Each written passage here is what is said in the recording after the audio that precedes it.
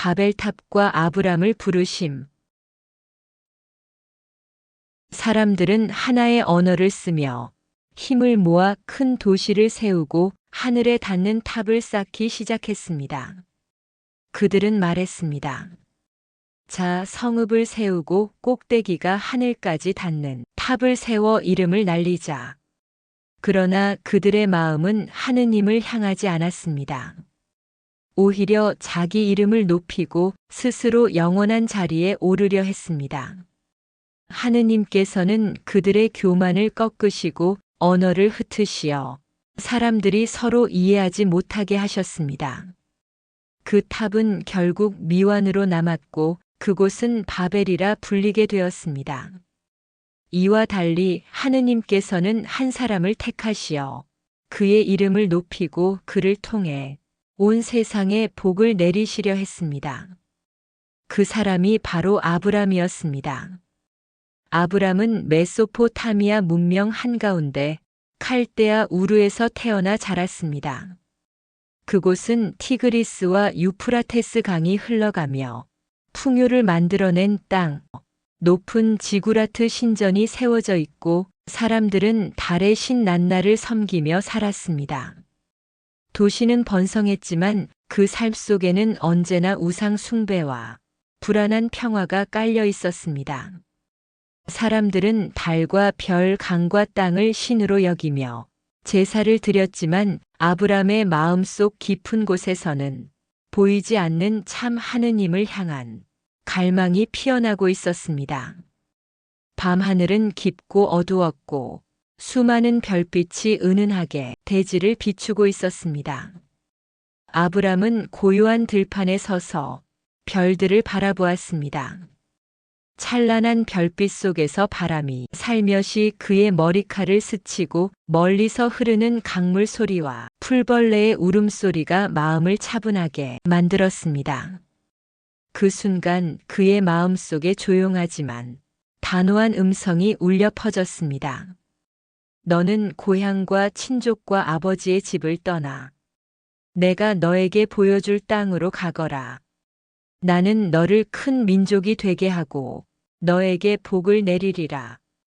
익숙한 고향과 친척을 떠난다는 생각은 아브람의 가슴을 무겁게 했지만 그 속에서도 하느님을 향한 순수한 믿음이 그의 마음을 굳게 잡아주었습니다.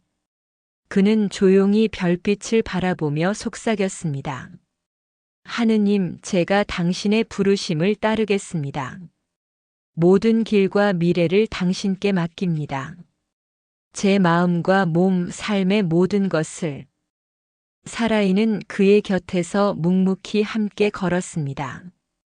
밤바람이 두 사람의 얼굴을 스치며 마음속 긴장과 설렘을 살짝 흔들었습니다. 익숙한 집을 떠나는 불안함과 하느님이 약속하신 미래에 대한 기대가 섞여 두 사람은 별빛 속에서 서로의 손을 잡고 걷습니다. 길 위에서 만나는 낯선 사람들에게 친절을 베풀며 우물가에서 물을 나누고 바람에 흔들리는 풀과 나무를 바라보며 하느님이 그들의 길을 함께 하심을 느꼈습니다. 아브람은 밤마다 별빛 아래 앉아 사라이와 함께 기도했습니다. 하느님, 제 여정과 모든 삶의 선택을 당신께 맡깁니다. 당신의 뜻 안에서 평화와 사랑으로 살아가게 하소서. 아브람은 여행 중에 마주치는 사소한 풍경에서도 하느님의 숨결과 신실함을 느꼈습니다. 길가의 나무, 먼지 속 작은 돌멩이, 바람에 흔들리는 풀잎 하나하나가 하느님의 손길임을 깨닫고 감사와 경외의 마음이 그의 가슴을 채웠습니다. 아브람, 이집트로 내려가다. 하느님께서 약속하신 땅 가나안에서 아브람과 사라는 새로운 삶을 시작했습니다. 하지만 어느 날 그 땅에 큰 기근이 찾아왔습니다. 풀은 말라버리고 땅은 금이 가고 양과 염소들은 먹을 것을 찾아 헤매었습니다. 사람들의 얼굴에는 근심이 가득했고 아브람의 마음도 무거워졌습니다. 그래서 아브람은 나그네 살이 하려고 이집트로 내려갔다. 아브람은 기도하며 결심했습니다. 사라이, 우리 잠시 이집트로 내려가야겠소. 거기라면 먹을 것이 있고 가족과 종들을 살릴 수 있을 거요. 사라이는 조용히 고개를 끄덕였습니다. 이집트로 가는 길은 길고 험했습니다. 뜨거운 태양 아래 모래바람이 불어오고 사막의 길은 끝이 없어 보였습니다. 그러나 별빛 아래에서 아브람은 매일 기도했습니다. 하느님, 당신이 약속하신 땅을 떠나지만 저는 여전히 당신을 믿습니다. 우리의 생명을 지켜주소서. 드디어 이집트 땅에 가까워졌을 때 아브람은 걱정스러운 얼굴로 사라이에게 말했습니다. 사라이, 그대는 참으로 아름답소. 이집트 사람들이 그대의 아름다움을 보고 나를 죽이고 그대를 데려갈까 두렵소. 그러니 그대는 나의 누이라고 하시오. 그리하면 내 목숨도 보존되고 그대도 무사할 것이오. 사라이는 잠시 침묵했습니다. 그녀는 아브람의 말을 이해했지만 한편으로는 마음이 흔들렸습니다. 그러나 그녀는 아브람을 믿고 따르기로 결심했습니다. 이집트에 들어가자 사라이의 아름다움은 곧 소문이 났고 파라오의 신하들이 그녀를 궁으로 데려갔습니다. 아브람은 사라이를 잃은 듯한 슬픔과 하느님을 신뢰해야 한다는 두려움 사이에서 밤새 기도했습니다. 그때 하느님께서 개입하셨습니다. 그러나 주님께서는 아브람의 아내 사라이의 일로 파라오와 그 집안에 여러 가지 큰 재앙을 내리셨다. 파라오가 사라가 아브람의 아내라는 사실을 알게 되자 그는 크게 두려워하며 아브람을 불렀습니다. 어찌하여 나를 속였는가? 왜 그대가 사라이가 그대의 아내라는 것을 말하지 않았는가? 당장 아내를 데려가시오. 그리고 이 땅을 떠나시오. 아브람은 사라를 다시 데리고 많은 재물과 가축, 종들을 이끌고 이집트를 떠났습니다. 별빛 아래에서 사라이와 아브람은 서로의 손을 잡고 하느님께 감사의 기도를 드렸습니다. 하느님, 당신께서 우리를 지켜주셨습니다. 당신의 약속이 여전히 살아있음을 믿습니다. 아브람은 이 사건을 통해 자신의 부족한 믿음을 깨닫고 더 깊이 하느님을 신뢰해야 함을 배웠습니다. 이집트에서 돌아오는 길, 그의 발걸음은 더 신중하고 그의 기도는 더 깊어졌습니다. 롯과의 분가와 구함, 그리고 10분의 1. 아브람과 사라이 그리고 조카 롯은 오랫동안 함께 머물렀습니다. 하느님의 복으로 아브람의 양떼와 소떼가 늘어났고 롯의 재산도 많아졌습니다. 그러나 땅은 넉넉하지 않았고 목자들 사이에 다툼이 생기기 시작했습니다. 아브람은 평화를 소중히 여겼습니다. 그는 조카 롯을 불러 말했습니다. 우리는 한 혈육이 아니냐? 너와 나 사이에 그리고 내 목자들과 너의 목자들 사이에 싸움이 일어나서는 안 된다. 내가 왼쪽으로 가면 나는 오른쪽으로 가고 내가 오른쪽으로 가면 나는 왼쪽으로 가겠다. 롯은 요르단 계곡을 바라보았습니다. 물이 넉넉하고 풀도 푸른 땅이 눈앞에 펼쳐져 있었습니다. 그는 그곳을 택해 소돔과 고모라 근처로 옮겨갔습니다. 아브람은 평야를 떠나 광야와 언덕에 장막을 치고 가나안에 머물렀습니다. 겉으로는 초라했지만 하느님께서는 그 순간 아브람에게 약속을 새롭게 해주셨습니다. 눈을 들어 내가 있는 곳에서 북쪽과 남쪽을 또 동쪽과 서쪽을 바라보아라. 내가 보는 땅을 모두 너와 내 후손에게 영원히 주겠다. 내가 너의 후손을 땅의 먼지처럼 많게 할 것이니 땅의 먼지를 셀 수 있는 자라야 내 후손도 셀 수 있을 것이다. 아브람은 그 자리에서 제단을 쌓고 감사의 제물을 바쳤습니다. 얼마 후 소돔과 고모라 근처에서 전쟁이 일어났습니다. 강대한 네 왕이 5왕을 공격해 소돔과 고모라 성은 함락되었습니다. 롯과 그의 가족은 포로로 잡혀가고 재산도 빼앗겼습니다. 이 소식을 들은 아브람은 주저하지 않았습니다. 그는 집에서 기른 병사 318명을 이끌고 달려가 밤중에 적들을 기습했습니다. 하느님께서 함께 하셨기에 아브람과 그의 사람들은 강대한 군대를 물리칠 수 있었습니다. 그들은 롯과 그의 가족을 구해내고 빼앗긴 재산도 되찾아왔습니다. 전쟁이 끝난 뒤 아브람은 살렘 임금이자 지극히 높으신 하느님의 사제인 멜키체덱을 만났습니다. 그는 빵과 포도주를 가져와 아브람을 축복했습니다. 하늘과 땅을 지으신 지극히 높으신 하느님께 아브람은 복을 받으리라. 적들을 그대 손에 넘겨주신 분, 지극히 높으신 하느님께서는 찬미 받으소서. 아브람은 그 축복을 받으며 마음 깊이 무릎 꿇었습니다. 그는 모든 승리가 자신의 힘이 아닌 오직 하느님의 손길임을 고백했습니다. 그리고 그는 그 자리에서 처음으로 10분의 1을 바쳤습니다. 그것은 단순한 재산의 일부가 아니라 자신의 삶 전체가 하느님께 속해 있다는 고백이었습니다. 아브람의 손길이 떨리며 재물 가운데 10분의 1을 멜키체덱에게 드릴 때 그의 눈에는 감사와 경외의 눈물이 맺혔습니다. 주님, 모든 것이 당신께로부터 왔고 저는 그저 받은 것을 돌려드립니다. 저의 전쟁, 저의 승리, 저의 삶, 모두가 당신 것입니다.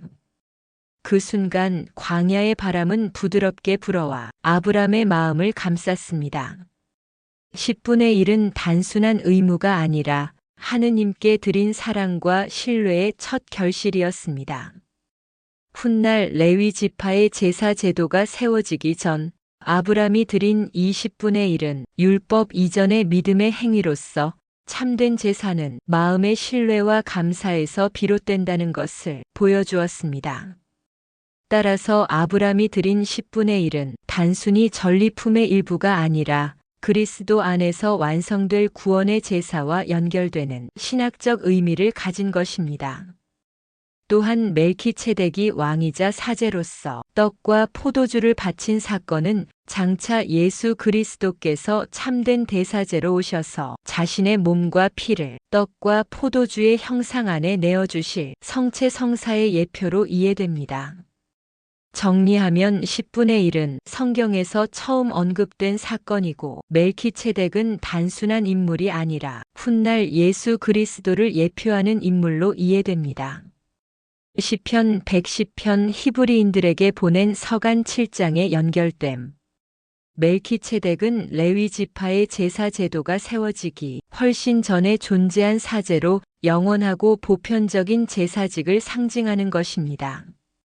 그날 밤 아브람은 다시 하늘을 바라보았습니다. 주님, 제게 무엇을 주시렵니까? 저는 자식이 없습니다. 제 상속자는 종 엘리에제르일 뿐입니다. 그때 주님의 말씀이 임했습니다. 그가 너를 상속하지 못할 것이다. 내 몸에서 나온 아이가 너를 상속할 것이다.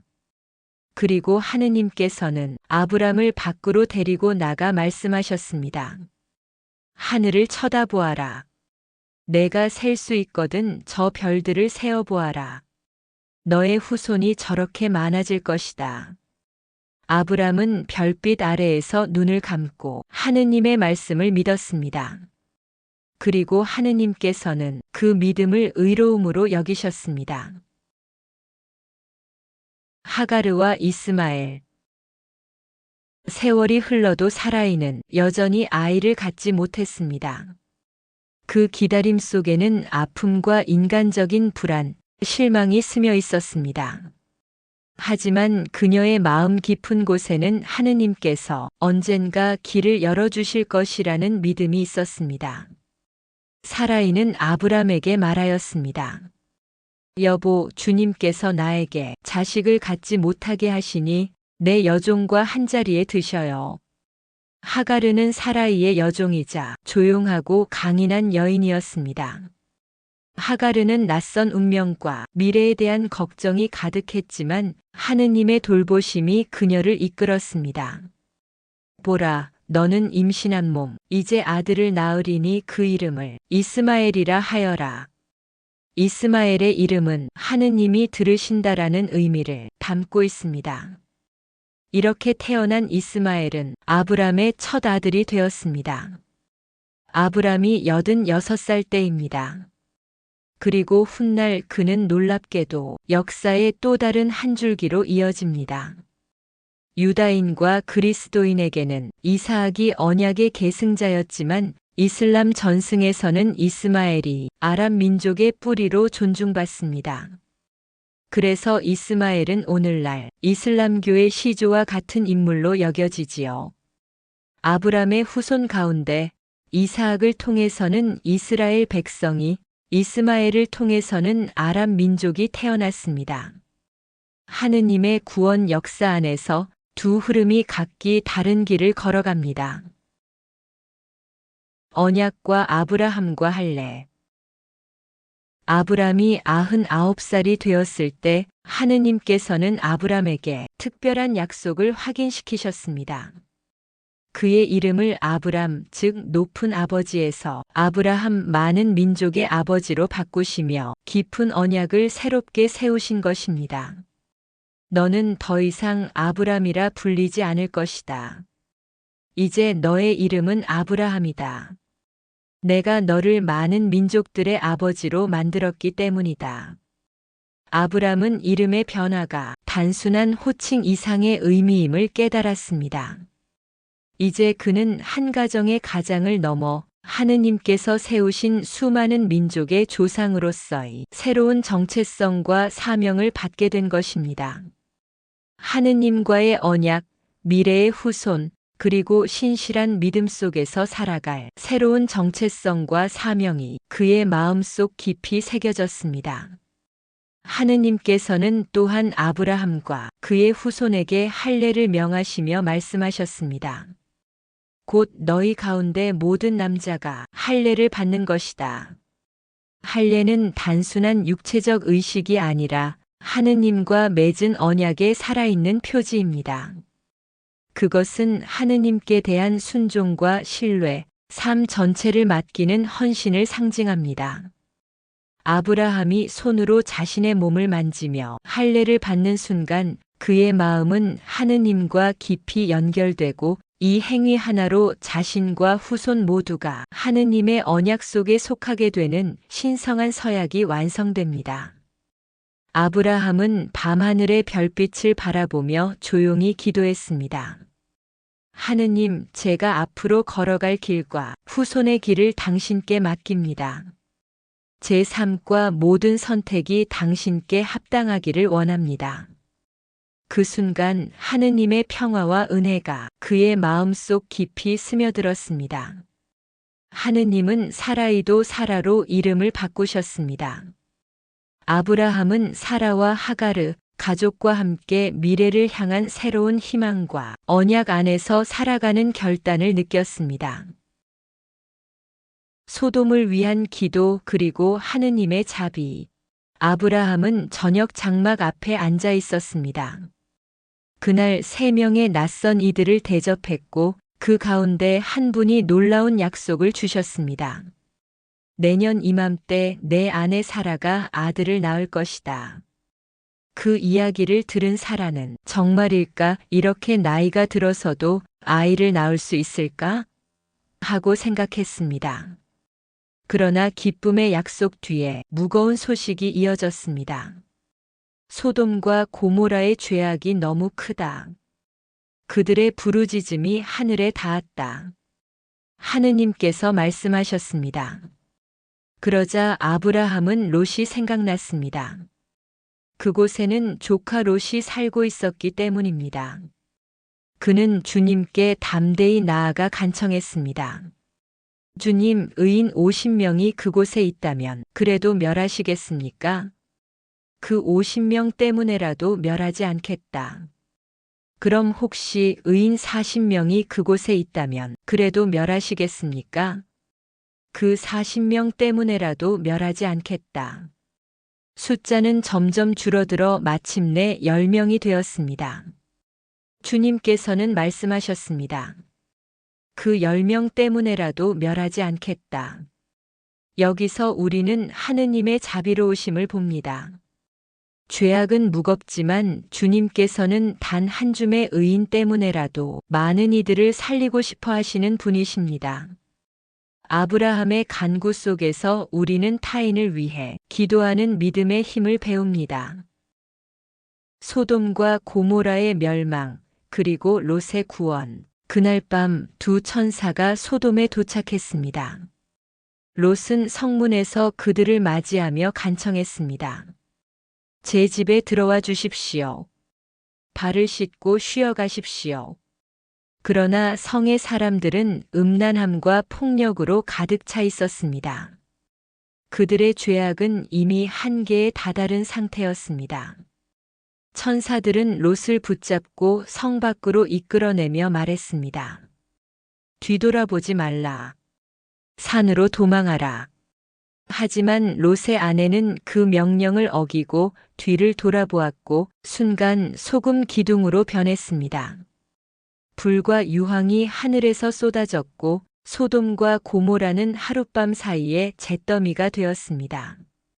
이 장면은 우리에게 경고합니다. 천사는 뒤돌아보지 말라 했지만 롯의 아내는 미련을 버리지 못하고 뒤를 돌아봐 소금 기둥이 되었습니다. 이것은 단순한 불순종이 아니라 과거의 죄와 세상에 대한 집착을 상징합니다. 우리는 하느님의 부르심 앞에서 여전히 뒤를 돌아보고 있지 않은가?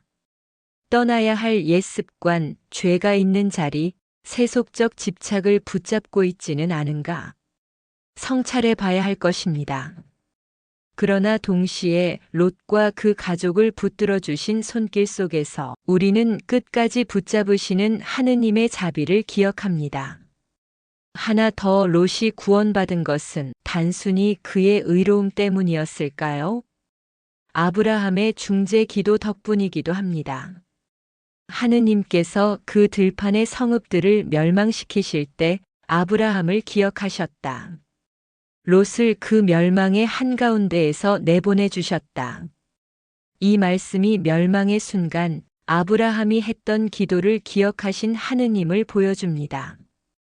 우리도 나의 기도가 사랑하는 이의 삶을 붙잡고 심판에서 구원하는 통로가 될 수 있음을 기억해야 합니다.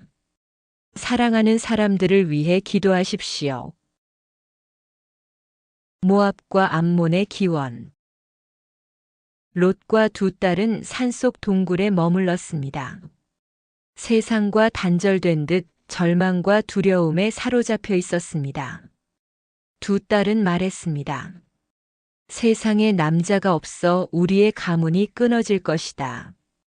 그들은 아버지에게 술을 마시게 하고 차례로 동침했습니다.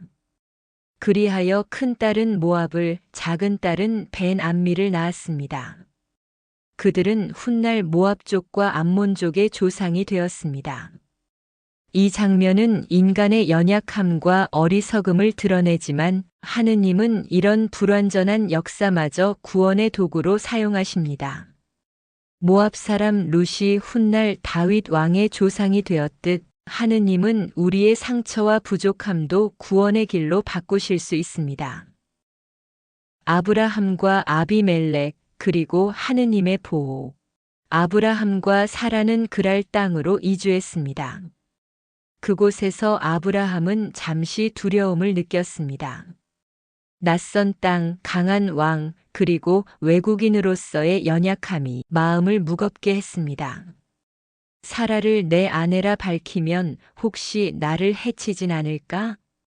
그 생각에 아브라함은 사라를 누이라고 소개했습니다. 인간의 연약함과 두려움 속에서 그는 생존을 위한 선택을 했습니다. 그러나 하느님은 그의 연약함과 연민을 모두 아시고 개입하셨습니다. 밤에 아비멜렉 왕의 꿈에 나타나 말씀하셨습니다. 그 여인은 남자의 아내다. 그녀를 데려가면 죽을 것이다. 왕은 깜짝 놀랐습니다. 자신의 손으로 죄를 짓기 전에 하느님께서 그를 막으신 것입니다.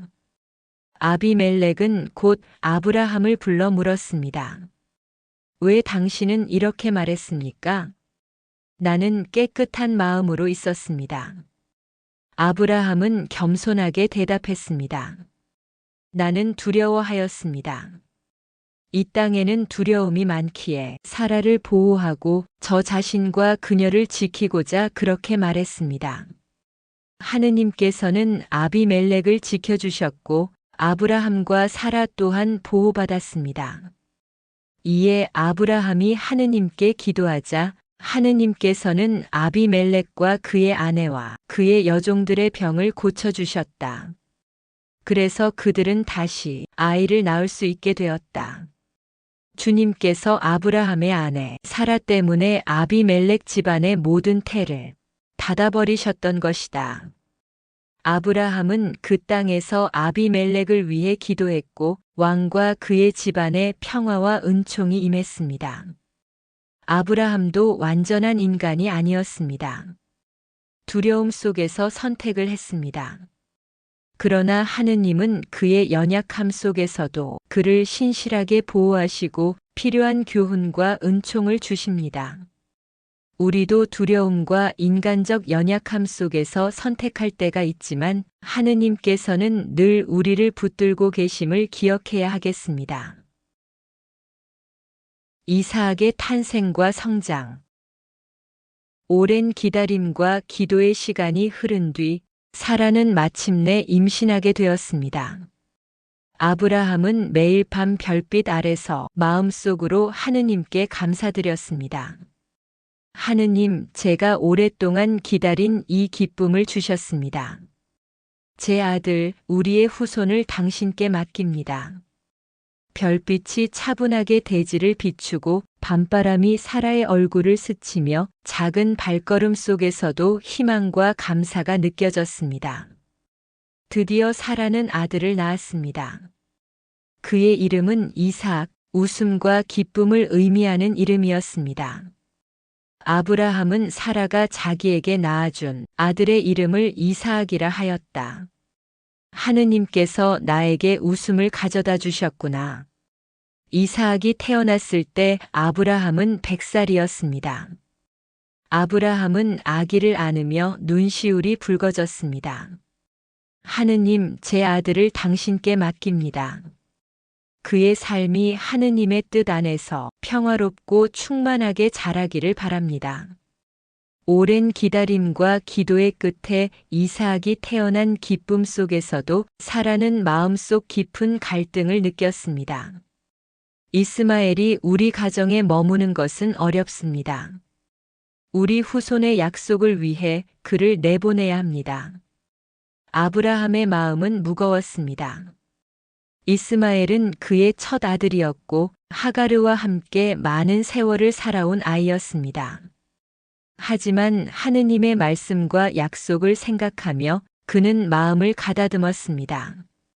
하느님께서 아브라함께 말씀하셨습니다. 사라가 너에게 말하는 대로 다 들어주어라. 이삭을 통하여 후손들이 너의 이름을 물려받을 것이다.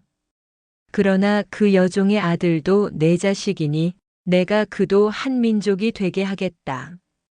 그날 아침 아브라함은 하가르와 이스마엘을 광야로 보내야 했습니다. 하늘에는 부드러운 빛이 내려 그들의 길을 비추었습니다.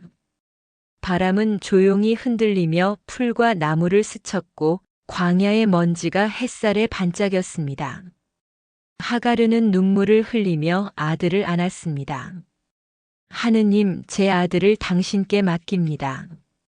광야에서도 그가 당신의 신실함과 사랑을 느끼며 살아가게 해주세요. 하느님께서는 하가르의 목소리를 들으시고 말씀하셨습니다. 일어나 가서 아이를 들어올려 내 손으로 꼭 붙들어라. 내가 그를 큰 민족으로 만들어 주겠다. 이스마엘은 아직 어린 마음에도 불구하고 하가르의 품 안에서 하느님의 약속을 느끼는 듯 했습니다.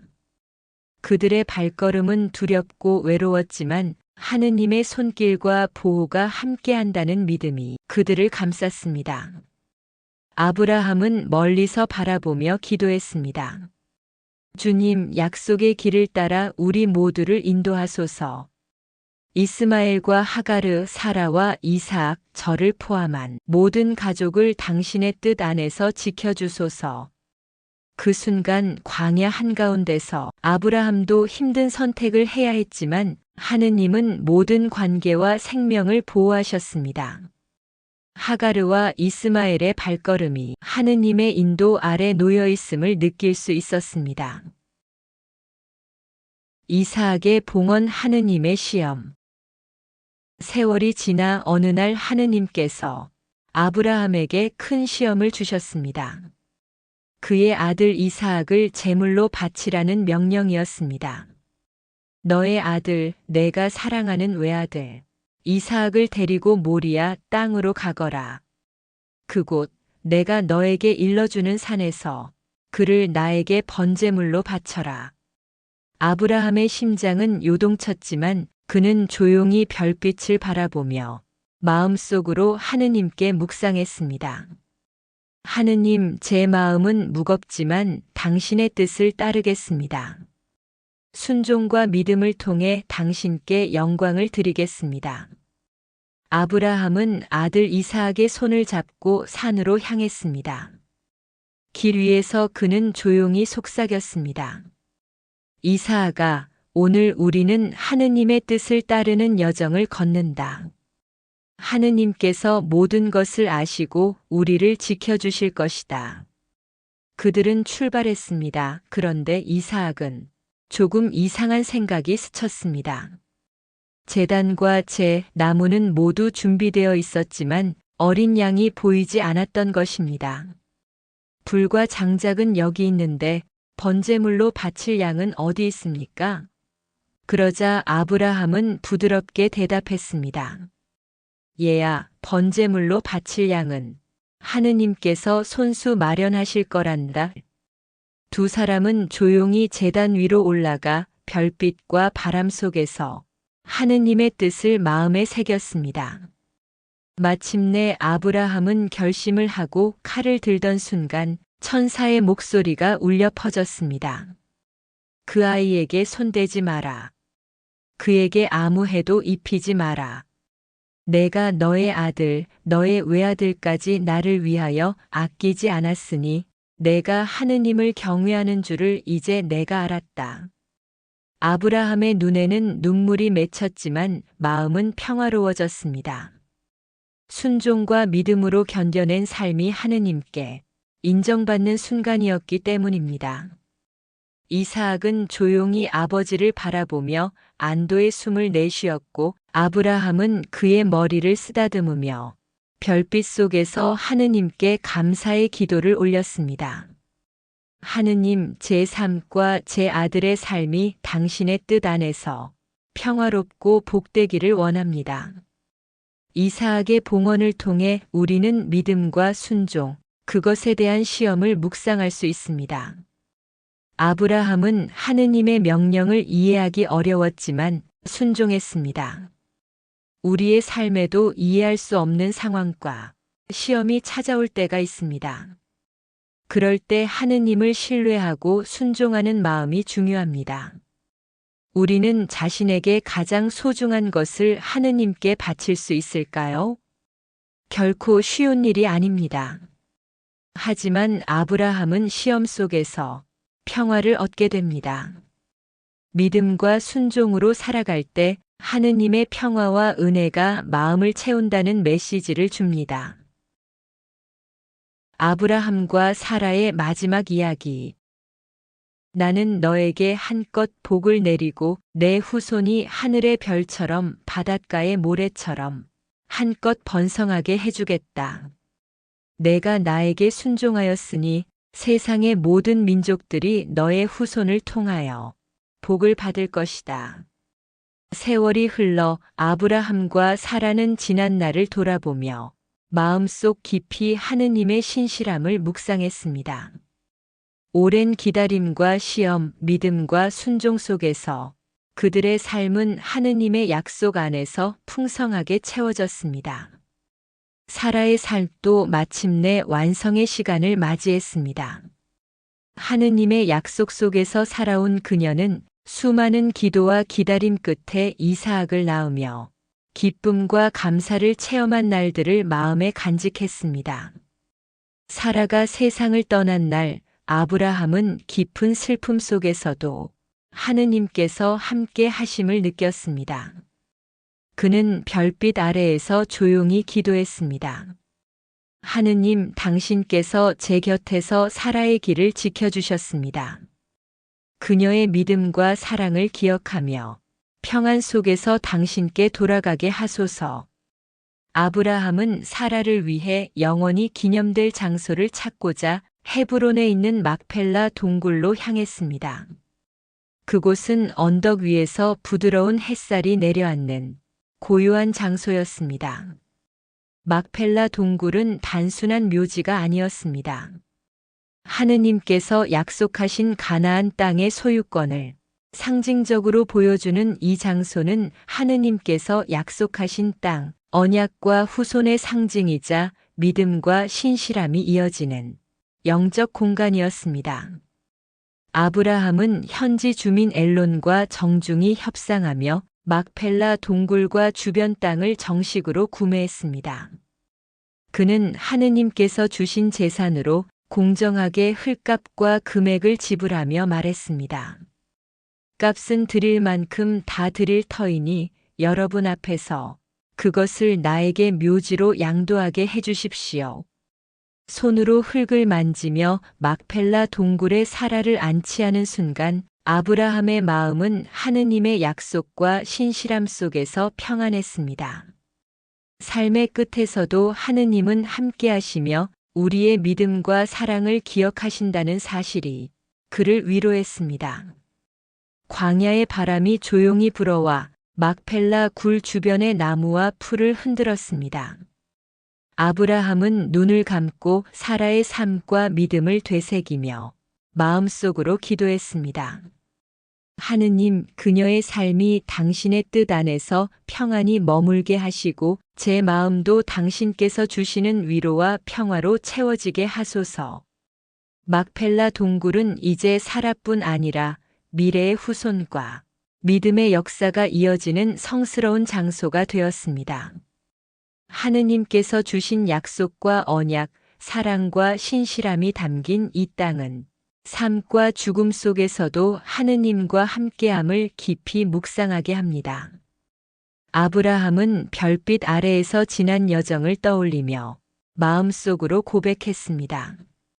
고난과 시험, 기다림과 기쁨, 믿음과 순종 속에서 하느님께서 늘 곁에 계셨음을 깨닫고 평화로운 마음으로 자신의 후손과 하느님의 신실함을 묵상하며 눈을 감았습니다.